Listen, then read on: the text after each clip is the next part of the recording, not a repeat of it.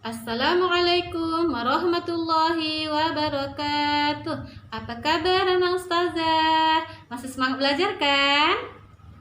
Oke, anak ustazah, sebelum kita memulai pembelajaran kita hari ini, yuk kita sama-sama membaca doa sebelum belajar.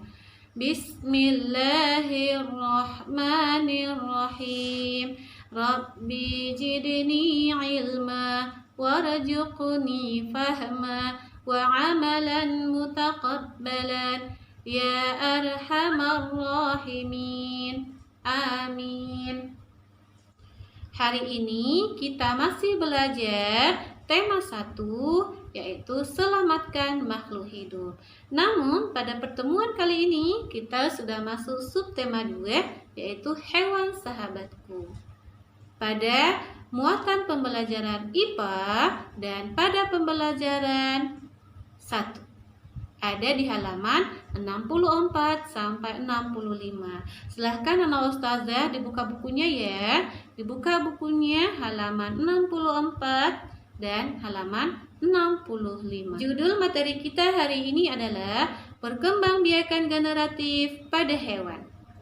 Adapun tujuan pembelajaran kita pada hari ini yaitu siswa mampu memahami perkembangbiakan secara ovivivier, vivivier, dan ovovivivier.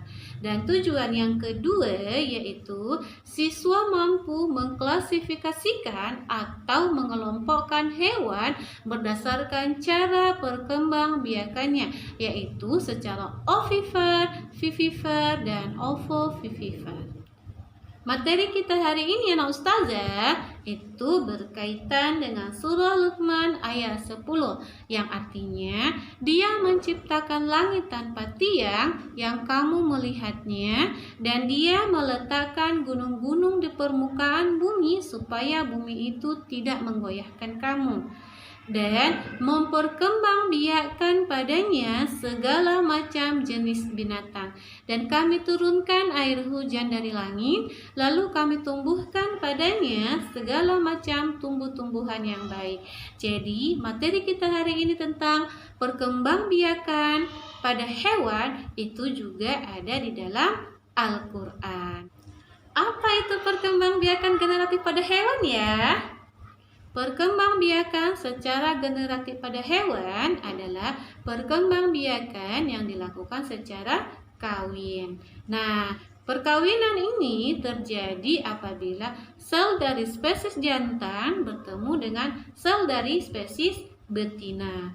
Dari perkawinan tersebut akan menghasilkan keturunan dari jenis yang sama dengan induknya. Artinya, dengan perkembangbiakan generatif ini maka akan menghasilkan keturunan atau anak hewan yang sama dengan jenis induknya.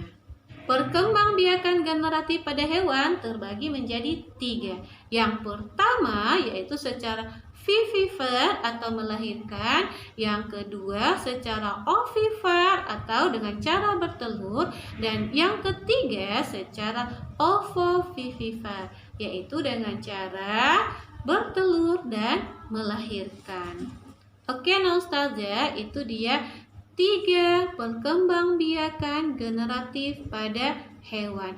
Kita akan membahasnya satu persatu ya. Oke, nah kita akan memulai dari perkembangbiakan secara vivivier atau secara melahirkan. Nah, hewan yang berkembang biak dengan cara melahirkan itu disebut dengan vivivier. Pada umumnya, hewan yang berkembang biak secara vivivier ini banyak dari jenis mamalia atau hewan yang menyusui. Ciri-ciri hewan yang berkembang biak secara vivivier atau secara melahirkan, yang pertama yaitu menyusui anaknya. Yang kedua biasanya termasuk hewan mamalia. Yang ketiga mempunyai daun telinga. Yang keempat tubuhnya ditutupi oleh bulu atau rambut. Dan yang kelima induk mengandung keturunannya selama beberapa waktu. Dan yang keenam, mempunyai kelenjar susu. Nah, Ustazah, apa ya kira-kira contoh hewan yang berkembang biak dengan cara melahirkan? Iya, betul sekali. Nah, ada banyak contoh hewan yang berkembang biak dengan cara melahirkan. Ada sapi, kerbau, kambing, kucing, kuda, harimau, dan banyak lagi yang lainnya. Sekarang kita akan mempelajari perkembangbiakan hewan yang kedua, yaitu secara ovipar. Nah, hewan yang berkembang biak dengan cara bertelur itu disebut dengan ovipar. Nah, biasanya hewan yang bertelur itu akan mengerami telurnya. Nah, lalu setelah nanti telurnya menetas, maka akan menghasilkan spesies atau individu baru yang sejenis dengan induknya. Ciri-ciri hewan yang berkembang biak dengan bertelur yaitu yang pertama, tidak mempunyai daun telinga.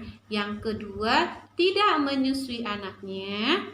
Yang ketiga, biasanya bukan golongan mamalia. Yang keempat, tidak mempunyai kelenjar susu.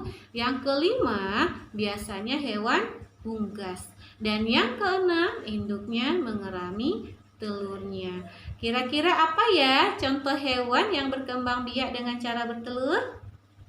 Iya, betul sekali. Contoh hewan yang berkembang biak dengan cara bertelur adalah ada ayam, ada bebek, ada burung. Apalagi ayo? Iya, ada katak dan juga yang lain-lainnya. Nah, sekarang kita akan mempelajari perkembangbiakan generatif yang ketiga, yaitu secara ovovivipar. Adakah hewan yang berkembang biak dengan cara bertelur sekaligus melahirkan? Iya, ada. Nah, hewan yang berkembang biak secara bertelur sekaligus melahirkan itu disebut dengan hewan ovovivipar. Pada perkembangbiakan ovovivipar ini, embrionya akan berkembang di dalam telur.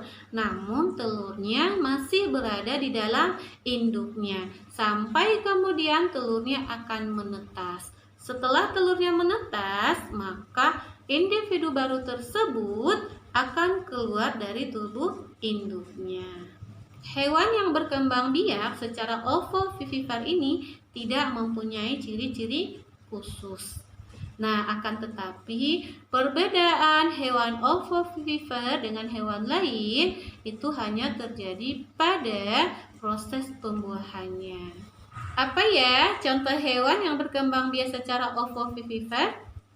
Ya, contoh hewan yang berkembang biak secara ovovivipar atau secara bertelur sekaligus melahirkan yaitu ada hiu, kadal, buaya, dan lain-lain. Nah, anak ustazah, itulah dia perkembangbiakan generatif pada hewan. Tadi ada tiga. Kita ulangi sekali lagi ya. Yang pertama tadi apa? Iya, yaitu vivipar, yaitu dengan cara melahirkan. Yang kedua, ovipar, yaitu dengan cara bertelur. Dan yang ketiga, yaitu dengan cara ovovivipar atau bertelur dan melahirkan. Sampai sini sudah jelas, ustazah? Ya, kalau sudah jelas, sekarang ustazah akan memberikan tugas kepada anak ustazah. Nah, anak ustazah bisa melihat tugasnya di buku tema 1 yaitu pada halaman 64. Nah, di halaman 64 itu ada beberapa gambar hewan. Nah, ustazah mau anak ustazah silahkan kelompokkan hewan-hewan tersebut ke dalam vivipar, ovipar atau ovovivipar. Nah, silahkan dibuat seperti pada diagram Venn berikut ya. Nah, itulah dia materi kita hari ini. Kita sudahi dengan lafaz hamdalah. Alhamdulillahirabbil alamin, dan kita tutup dengan membaca doa penutup majlis. Subhanakallahumma wa bihamdika asyhadu an la ilaha illa anta astaghfiruka wa atubu ilaik. Wassalamualaikum warahmatullahi wabarakatuh.